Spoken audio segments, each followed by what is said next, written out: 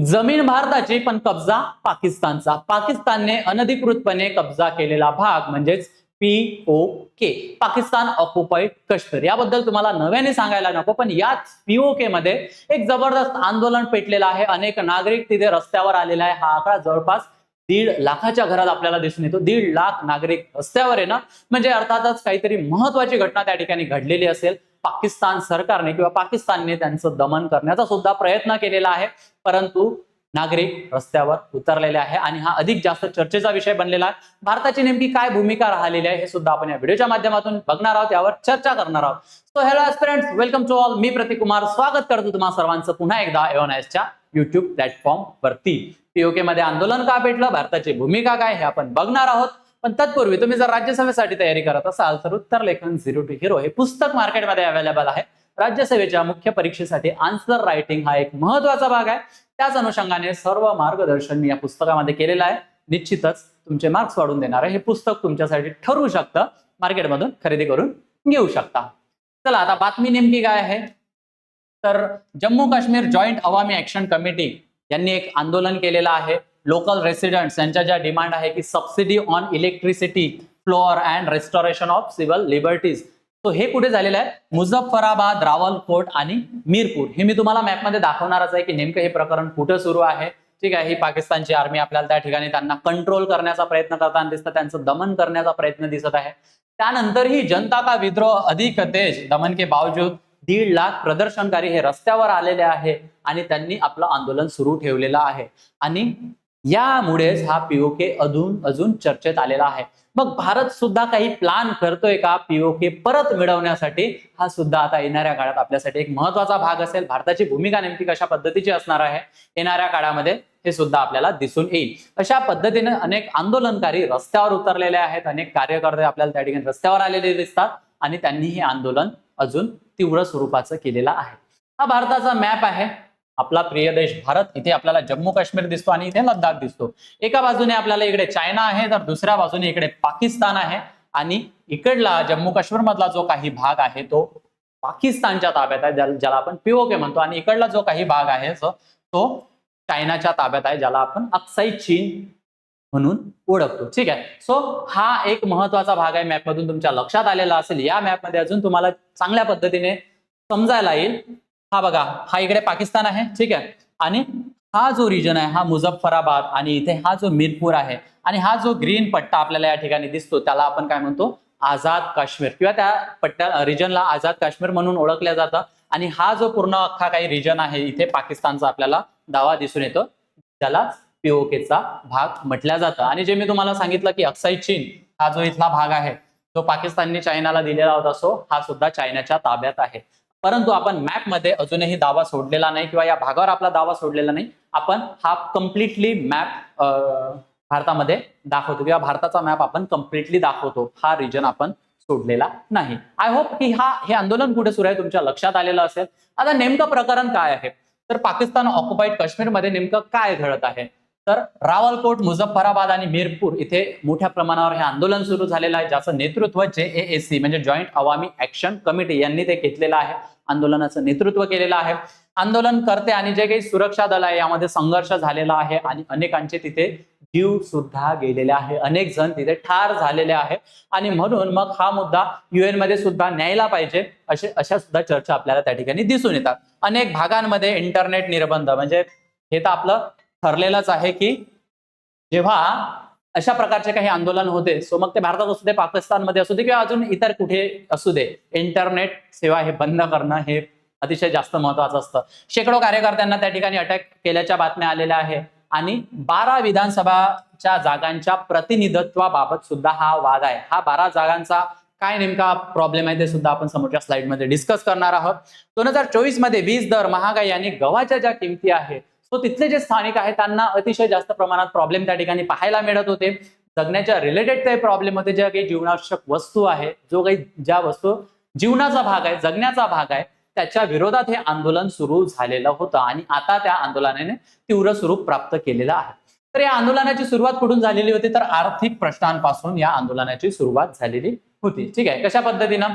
वीज दर कमी करा, गव्हावर अनुदान द्या, महागाई कमी करा आणि रोजगाराच्या संधी वाढवा. म्हणजे हे जर आपण बघितले तर हे सामान्य लोकांचे आपल्याला त्या ठिकाणी प्रॉब्लेम्स दिसून येतात आणि याच विरोधात पाकिस्तान सरकार विरुद्ध म्हणा किंवा पाकिस्तानचं जे काही रिजिम आहे, तिथली जी काही गव्हर्नमेंट आहे, त्यांच्या समोर या मागण्या ठेवलेल्या होत्या.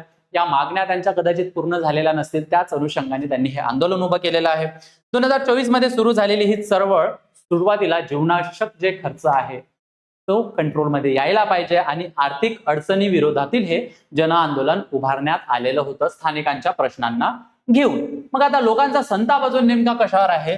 तर तिथली जी काही संसाधने आहेत ज्या पीओके रिजन मध्ये, सो त्यांचं असं म्हणणं आहे की संसाधने आमची, पण फायदा जो आहे तो फायदा इतरांचा होतो आणि आमचे जे काही प्रॉब्लेम्स आहेत त्यावर ते सरकार लक्ष देत नाही.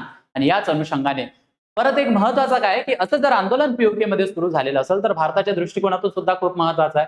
मग काय हा पीओके रिजन आपल्याला परत मिळेल का? भारत या अनुषंगाने प्रयत्न करत आहे का? हे सुद्धा येणाऱ्या समोरच्या कार्यकाळात आपल्याला माहिती पडेल. आता यामध्ये महत्वाचे मुद्दे काय? तर एक मंगला डॅम आणि नीलम झेलम हायड्रो पॉवर जो प्रोजेक्ट आहे ते आपल्याला पीओके मध्ये स्थित दिसतात, पीओके मध्ये आपल्याला तिथे स्थापन झालेल्या दिसतात.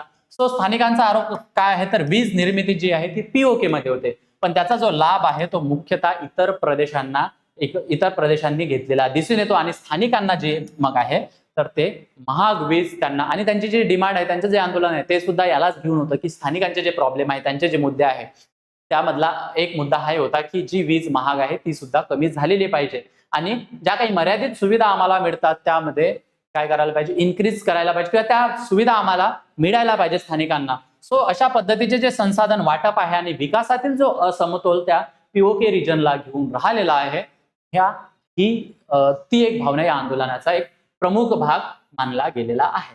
आता हा जो 12 विधानसभाचा जो जागेंचा जो वाद आहे तो नेमका काय आहे? तर पीओके विधानसभेत काही जागा अशा लोकांसाठी राखीव आहेत ज्यांनी 1947 मध्ये जम्मू काश्मीर मधून म्हणजे JNK मधून हे पाकिस्तानमध्ये गेलेले होते. ठीक आहे. सो आता ते मुख्यतः इतर भागात, मुख्यतः कुठे? पंजाब भागात आपल्याला ते राहताना दिसून येतात. पाकिस्तानमध्ये सुद्धा एक पंजाब आहे. ठीक आहे, तुम्हाला पाकिस्तानचा मॅप बघितला तर दिसून येईल. अशा 12 जागा जम्मू काश्मीर रेफ्युजीज म्हणून जे आहे ते त्यांच्यासाठी राखीव ठेवण्यात आलेला होता. आता इश्यू काय होत आहे? आंदोलनकर्त्यांचा आरोप काय आहे किंवा हे जे काही JAAC कमिटी आहे आणि स्थानिक गट आहे तिथले, त्यांचं काय म्हणणं आहे या बाबतीतवर की हे मतदार पीओके मध्ये राहत नाही. म्हणजे जो काही पीओकेचा जो रिजन आहे ज्याला आझाद काश्मीर सुद्धा म्हटलं जातं, हे लोक तिथे राहत नाही, त्यांच्यावर पीओकेच्या स्थानिक समस्यांचा थेट परिणाम होत नाही. म्हणजे आम्हाला जे किंवा तिथल्या ज्या नागरिकांना जे काही प्रॉब्लेम्स फेस करावा लागतात त्याचा परिणाम त्यांना माहिती नाही, तरीही ते विधानसभा निवडणुकीत मतदान करून सरकार स्थापनेवर प्रभाव टाकतात आणि त्या अनुषंगाने पीओके मध्ये राहत नाही. त्यांनी पीओकेचे राजकारण ठरवावे का, असा महत्वाचा प्रश्न त्या स्थानिकांनी काय केलेला आहे? उभा केलेला आहे किंवा विचारलेला आहे. आणि हाच तो वाद आहे 12 विधानसभा जागेंच्या बाबतीत. आता बघा पाकिस्तानची कारवाई मग या आंदोलनावर काय केलेली आहे आणि आंतरराष्ट्रीय चिंता त्या ठिकाणी काय तयार झालेली आहे. तो JAAC ला बंदी घातलेली संघटना घोषित केलेली आहे. म्हणजे अगेन त्याच गोष्टी असतात की एखादी संघटना असेल आणि काही आंदोलन वगैरे उभं करत असेल तो त्या संघटनेला बॅन केला, त्यांच्या प्रमुख जे लीडर्स आहे, नेते आहेत त्यांना पकडा, अनेक कार्यकर्ता आणि नेत्यांना अटक, काही भागांमध्ये इंटरनेट सेवा बंद केलेल्या आहेत किंवा मर्यादित केलेल्या आहेत. आरोप असेही होतात पाकिस्तानवर की तिथली परिस्थिती नेमकी काय आहे हे अजूनपर्यंत पोहोचत नाही आहे. म्हणजे ज्या काही मुख्य बातम्या आहेत त्या ठिकाणी अजूनही आपल्यापर्यंत पोहोचलेल्या नाही. आणि जे JAACची जे काही कार्यालय आहे ती सुद्धा सील करण्यात आलेली आहे, त्यांची ऑफिसेस सील करण्यात आलेले आहेत. आता मानवाधिकार संघटना आणि आंदोलन कर्त्यांनी काय चिंता व्यक्त केलेल्या आहेत? तर बघा, अटक केलेल्या व्यक्तींच्या अधिकारांच्या संरक्षणाबाबत भारताची सुद्धा तीच भूमिका राहिलेली आहे. शांततापूर्ण आंदोलनाच्या अधिकारावर हे निर्बंध केलेले आहे आणि पाकिस्तान सरकारने त्यांचं दमन केलेलं आहे. या अनुषंगाने पाकिस्तान सरकारवर आरोप होताना दिसून येत आहे. इंटरनेट बंदीमुळे माहितीच्या प्रवाहावर परिणाम सुद्धा होत आहे आणि अभिव्यक्ती स्वातंत्र्याबाबत हे सगळे प्रश्न विचारल्या जात आहे. आणि हा मुद्दा मग UN मध्ये उठवायला पाहिजे. ह्युमन राईट्स कमिशन जे काही आहे त्या कमिशननी त्यामध्ये इंटरफेअर करायला पाहिजे. UN आपल्या फोर्सेस तिथे पाठवायला पाहिजे, अशी सुद्धा मागणी होताना आपल्याला दिसून येत आहे.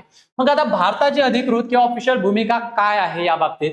तर पीओके मध्ये आंदोलनकर्त्यावर किंवा आंदोलकांवर झालेल्या कथित पोलीस कारवाईबद्दल चिंता व्यक्त केलेली आहे आणि भारताने सुद्धा याचं काय केलेलं आहे?